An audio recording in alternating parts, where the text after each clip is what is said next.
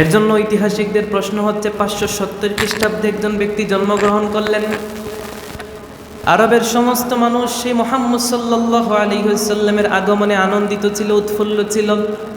আব্দুল্লাহর ঘরে আব্দুল মুত্তালিবের নাতি হয়ে এমন একজন ব্যক্তির আগমন ঘটবে, ইতিপূর্বে সমস্ত আসমানি গ্রন্থে যার আগমনের কথা আল্লাহ রাব্বুল আলামিন বিবৃতি দিয়েছেন। সমস্ত নবীদের স্লোগান ছিল মিন বা'দি ইসমুহু আহমদ, আমার পরে জমিনের মধ্যে এমন একজন নবীর আগমন হবে যার নাম আসমানে হবে আহমদ, জমিন হবে মুহাম্মদ। এমন একজন নবীর আগমন হবে যেই নবী আসবেন 570 খ্রিস্টাব্দে, যেই নবী আগমন করবেন 610 খ্রিস্টাব্দে, যার নবুয়ত প্রকাশ পেয়ে যাবে 622 খ্রিস্টাব্দে। তিনি মায়া ভরা বুক ভরা ব্যথা নিয়ে নিজের জন্মভূমি ত্যাগ করে অন্যত্র হিজরত করবেন। এমন একজন নবীর আগমন আরবের জাজিরাতুল আরবের মধ্যে হয়েছে।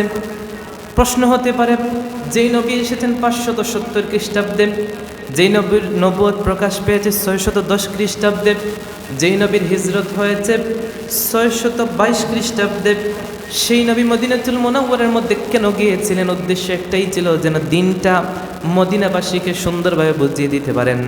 ইসলাম যতক্ষণ পর্যন্ত দুর্বল ছিল ততক্ষণ পর্যন্ত ইসলাম শক্তিশালী কোনো পদক্ষেপ নেয় নাই।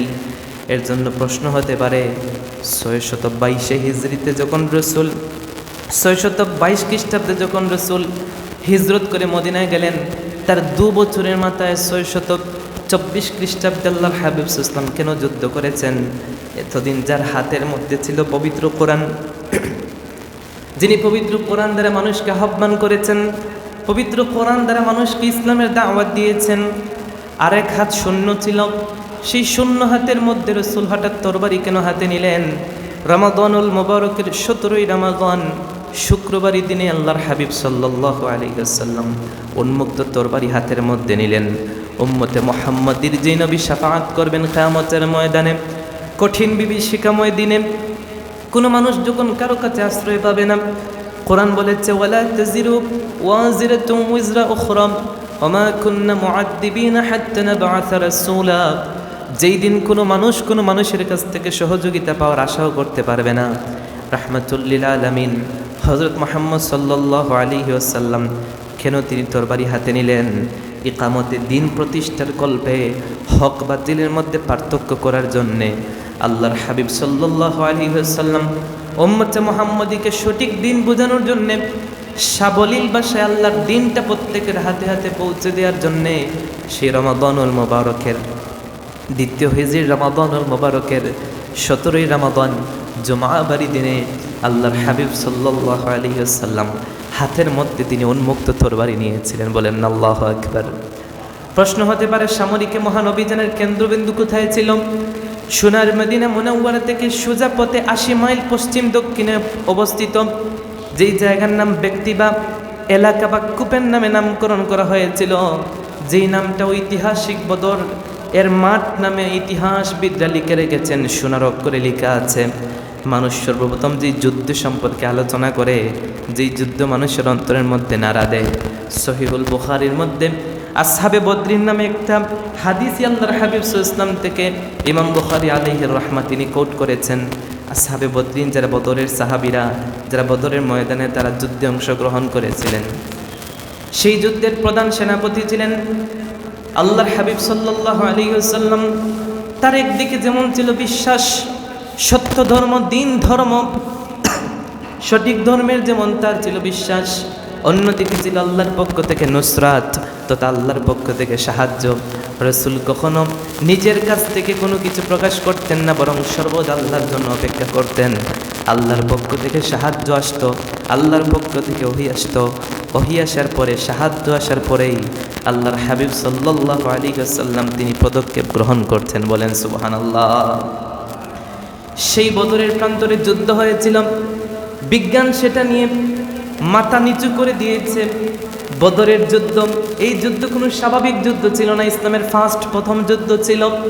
প্রফেশনালি একটাই মাত্র যুদ্ধ হয়েছে সর্বপ্রথম, সেটা ছিল বদরের যুদ্ধ। আপনি শুনলে অবাক হবেন, সেই যুদ্ধে মুসলমানদের কোনো প্রস্তুতিই ছিল না। মুসলমানরা যুদ্ধ করার কোনো প্রকার সরঞ্জামও তারা তৈরি করতে পারেন নাই। হুট করে যখন যুদ্ধে অংশগ্রহণ করতে হবে তারা সেটা জানতেনও না। কেবলমাত্র আল্লাহর হাবিব সাল্লাল্লাহু আলাইহি ওয়াসাল্লামের সঙ্গে 313 জন সাহাবী আল্লাহর হাবিবের সঙ্গে মদিনা থেকে বদর প্রান্তরের দিকে রওনা হয়েছেন। আল্লাহু আকবার। ইতিহাসবিদরা বলেছেন 313 জন সাহাবী যুদ্ধের ময়দানে যুদ্ধ করতে গিয়েছেন। তবে সবচেয়ে হাসির কথা হচ্ছে এটা যুদ্ধ বলাই যায় না, কারণ সেই যুদ্ধের মধ্যে মাত্র 2টা ঘোড়া ছিল, মাত্র 70টি উট ছিল। আপনি শুনলে আরও অবাক হবেন, মাত্র 313 জন সাহাবীর মধ্যে মাত্র 8 জনের কাছে তরবারি ছিল, 8টা। আল্লাহু আকবার। তাও তরবারি 8টার মধ্যে কিছু তরবারি ছিল ভাঙা তরবারি দিয়ে যুদ্ধের জন্য বের হয়েছেন। আপনি শুনলে অবাক হবেন, সেই আরবের মধ্যে সবচেয়ে দামি এবং সবচেয়ে প্রফেশনাল যে শিকার ছিল সেটা ছিল তীর এবং ধনুক। এটা দিয়ে সবচেয়ে বেশি যুদ্ধ হতো। কিন্তু আপনি শুনলে অবাক হবেন, বদরের ময়দানে 313 জন সাহাবীর কাছে ধনুক ছিল না, তীর ছিল না, মাত্র 6টি তীর এবং ধনুক তাদের কাছে ছিল। আল্লাহু আকবার। 6টা তীর এবং ধনুক নিয়ে তারা যুদ্ধের ময়দানে ঝাঁপিয়ে পড়লেন। তাদের সাথে একটা আওয়াজ ছিল, আল্লাহু আকবার। তারা আল্লাহ রাব্বুল আলামিনের নামটা নিয়ে যুদ্ধের ময়দানে অংশগ্রহণ করেছেন। কিন্তু আপনি শুনলে অবাক হয়ে যাবেন, সেই 17 রমাদান বদরের প্রান্তরে যে যুদ্ধ হবে, সেই যুদ্ধ যে পুত্তলিকদের বিরুদ্ধে হবে, তাদের সংখ্যা ছিল 1000। কোথায় 313 আর কোথায় হচ্ছে 1000। 1000 সৈন্য নিয়ে আবু জাহেলের নেতৃত্বে, আর এইদিকে মুসলমানদের নেতৃত্ব কমান্ড করেছেন মুহাম্মদ সাল্লাল্লাহু আলাইহি ওয়াসাল্লাম। আবু জাহেল সে 1000 সৈন্য নিয়ে এসেছে। আপনি শুনলে অবাক হয়ে যাবেন, 1000 সৈন্যের মধ্যে 100 ছিল অশ্বারোহী, 700 ছিল উষ্ট্রারোহী, 200 শতাধিক পদাতিক ছিল অস্ত্রসজ্জা সজ্জিত। গোটা বাহিনী যখন মুসলমানদের বিরুদ্ধে যুদ্ধের জন্য অংশগ্রহণ করলো, মুসলমানরা তাদেরকে দেখে তো হাঁপিয়ে গেছে, ভয় পেয়ে গেছে। আল্লাহর হাবিব সাল্লাল্লাহু আলাইহি ওয়াসাল্লাম বললেন, ভয়ের কারণ নাই, লা তাহজান ইন্নাল্লাহা মা'ানা। ওদের সাথে তরবারি আছে, যুদ্ধের সরঞ্জাম আছে, আমাদের সাথে যুদ্ধের সরঞ্জাম নাই, তরবারি নাই, সংখ্যায় আমরা অল্প, কিন্তু আমাদের সাথে যিনি আছেন বলেন তো তিনি কে? আল্লাহর সাহায্য আমাদের সাথে আছেন। ওমর রাদিয়াল্লাহু তাআলা আনহু, আবু বকর রাদিয়াল্লাহু তাআলা আনহু মুখ ফুটে বলে ফেললেন, ও আল্লাহর হাবিব, কি হয়েছে? আমাদের সাথে তরবারি নাই, আমাদের সাথে হয়তো যুদ্ধ করার সরঞ্জাম নাই, কিন্তু আল্লাহর হাবিব আমাদের সাথে তো আল্লাহ আছেন, আল্লাহর রহমত আছে। দিন ইসলাম যদি সত্য হয়, আপনি নবী যদি সত্য হন, তাহলে অবশ্যই এই যুদ্ধে আমাদের বিজয়টাও সত্য হয়ে যাবে। সুবহানাল্লাহ।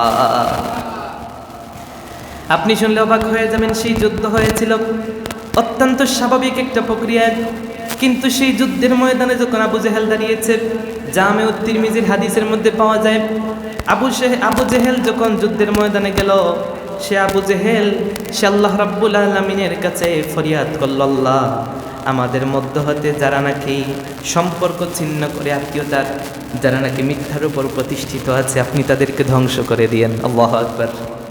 আবু জেহেল নিজে দোয়া করেছে আল্লাহর কাছে বদরের প্রান্তরে দাঁড়িয়ে, আল্লাহ, এই যুদ্ধের মধ্যে যারা অন্যায়ভাবে যুদ্ধ করছে, যারা আত্মীয়তার সম্পর্ক ছিন্ন করছে, যারা নাকি মিথ্যা ধর্মের উপরে আছে, মিথ্যা মতের উপরে আছে, আপনি তাদেরকে ধ্বংস করে দিয়েন। আল্লাহ রাব্বুল আলামিন আবু জেহেলের কথার প্রেক্ষিতে পবিত্র কোরআনুল কারীমের সূরাতুল আনফালের 19 নম্বর আয়াতে কারিমা নাযিল করলেন, ইয তাস্তাফতিহু ফাকাদ জাআকুমুল ফাতহ ওয়া ইন তানতাহু ফাহুয়া খায়রুল লাকুম ওয়া ইন তাউদু নাউদ ওয়ালা তুগনিয়া আনকুম ফাফিআতুকুম শাইআ ওয়ালাউ কাসুরাত ওয়া আন্নাল্লাহা মাআল মুহসিনিন। আল্লাহ আয়াতে কারিমা নাযিল করে বলেন, ইন তাস্তাফতিহু ফাকাদ জাআকুমুল ফাতহ, তোমাদের মীমাংসা চেয়েছিলে তোমরা, আমি আল্লাহ রাব্বুল আলামিন তোমাদের কাছে মীমাংসা পাঠিয়ে দিয়েছি। আল্লাহু আকবার কোন। ওয়া ইন তানতাহু ফাহুয়া খায়রুল লাকুম, এই মুহূর্তে যদি তোমরা যুদ্ধ করে থেকে বিরত থাকো, তাহলে এটা তোমাদের জন্য কল্যাণকর হবে।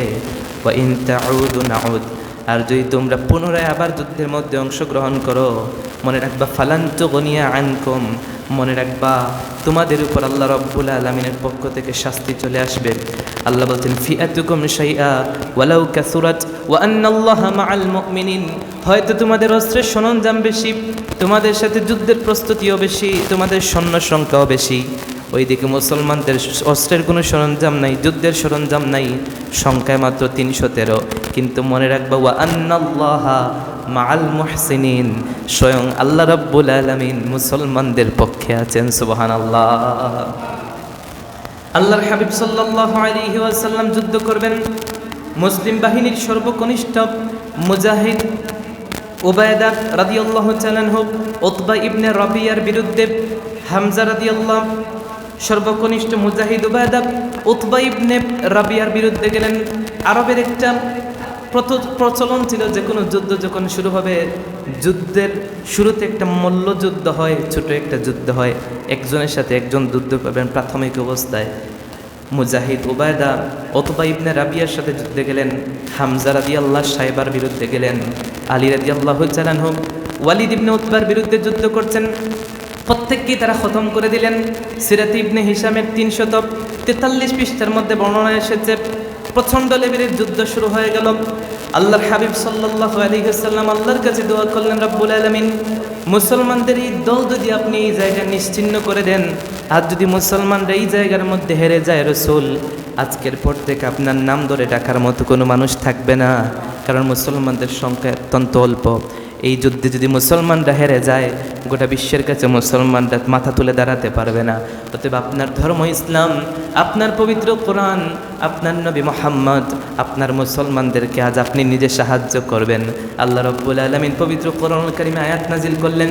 সূরাতুল আনফালের 12 নম্বর আয়াত আল্লাহ বলেন, ইয ইউহি রাব্বুকা ইলাল মালাইকাতি আন্নী মাআকুম فثبتوا الذين آمنوا سألقي في قلوب الذين كفروا الرعب فاضربوا فوق الأعناق واضربوا منهم كل بنان। আল্লাহ রাব্বুল আলামিন বলেন, স্মরণ করেন সেই সময়ের কথা, তোমাদের প্রতিপালক ফেরেশতাদের প্রতি প্রত্যাদেশ করলেন।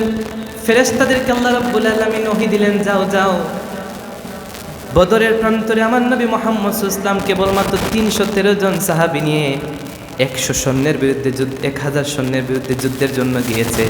তোমরা গিয়ে তাদেরকে সাহায্য করবে। আল্লাহ রাব্বুল আলামিনের আদেশ পাওয়া মাত্র আল্লাহ রাব্বুল আলামিনের রহমতের ফেরেশতারা বদরের প্রান্তরে নাজিল হতে শুরু করলেন। সুবহানাল্লাহ। ফেরেশতাদেরকে তো দেখা যায় না, সাহাবায়ে কেরাম যুদ্ধ করছেন ভিতরে ভয়, শত্রুপক্ষ অত্যন্ত উৎফুল্ল, মাত্র 313 জন, এক কূপে সবাই শেষ। কিন্তু আল্লাহ রাব্বুল আলামিন বললেন, না না, চোখে দেখছো 313, তোমরা সংখ্যায় বেশি হতে পারো, কিন্তু আমার পক্ষ থেকে ফেরেশতা নাজিল হয়ে গেছে। পবিত্র কোরআনুল কারীমের 2 নম্বর সূরা সূরাতুল আলী ইমরানের 123 নম্বর আয়াত আল্লাহ বলেন, ওয়ালাকাদ নাসারাকুমুল্লাহু বিবাদরিন ওয়া আনতুম আযিল্লাহ। তোমরা স্মরণ করো সেই সময়ের কথা যখন বদরের ময়দানে আল্লাহ রাব্বুল আলামিন নিজে তোমাদেরকে সাহায্য করেছেন। সুবহানাল্লাহ। আল্লাহ পবিত্র কোরআনে বলেন, ইযা জাআ নাসরুল্লাহি ওয়াল ফাতহ ওয়া রাআইতান নাসা ইয়াদখুলুনা ফি দীনিল্লাহি আফওয়াজা ফাসাব্বিহ বিহামদি রাব্বিকা ওয়াস্তাগফির ইন্নাহু কানা তাওয়াবা। বলেন না সুবহানাল্লাহ। সেই ঐতিহাসিক যুদ্ধ হয়েছে বদরের প্রান্তরে, মুসলমানরা মাত্র শহীদ হয়েছেন 14 জন। আল্লাহু আকবার বলেন। সেই যুদ্ধের মধ্যে 1000-এর মধ্যে কুপাতে কুপাতে মুসলমানরা তাদের মধ্য থেকে প্রায় 70 জনকে বন্দী করেছে। অনেকগুলো দলকে তারা সেই দিন হত্যা করে ইসলাম গনিমতের মালগুলো লুপ্ত করেছে। ওই জায়গা থেকে পরবর্তীতে উহুদের যুদ্ধ, এই বদরের যুদ্ধকে কেন্দ্র করে হয়েছিল। অতএব ইসলামের যে যুদ্ধগুলো হয়েছিল, স্মরণ রাখবেন, একটা যুদ্ধ কিন্তু মুসলমানরা নিজ থেকে যায় নাই। আর যতগুলো যুদ্ধ হয়েছিল, সমস্ত যুদ্ধের মধ্যে মুসলমানরা কখনো নিজের শক্তির বলে যুদ্ধ করে নাই। বলেন তো, শক্তি এসেছিল কার পক্ষ থেকে? আল্লাহর পক্ষ থেকে নুসরাত, আল্লাহর পক্ষ থেকে যখন সাহায্য এসেছিল, তখনই আল্লাহ সুবহানাহু ওয়া তাআলার পক্ষ থেকে সাহায্য পেয়ে মুসলমানরা প্রত্যেকটা পদক্ষেপে, প্রত্যেকটা কায়দায় তারা কিন্তু ইসলামটাকে, সত্য ধর্মটাকে মানুষের কাছে প্রস্ফুটিত করার জন্যে আল্লাহ রাব্বুল আলামিনের পক্ষ থেকে সেই দিনটা, যিনি রাসূল করিম সাল্লাল্লাহু আলাইহি ওয়াসাল্লাম নিয়ে এসেছিলেন তার নেতৃত্বে, আজ পর্যন্ত সেই দিনটাকে বাঁচিয়ে রাখার জন্যে আল্লাহ রাব্বুল আলামিন কিছু যুদ্ধ দিয়েছিলেন। যে যুদ্ধের প্রত্যেকটা যুদ্ধে, ইতিহাসে এমন কোনো যুদ্ধ নাই যে যুদ্ধের মধ্যে মুসলমানরা পরাজিত হয়েছে। বলেন আল্লাহু আকবার।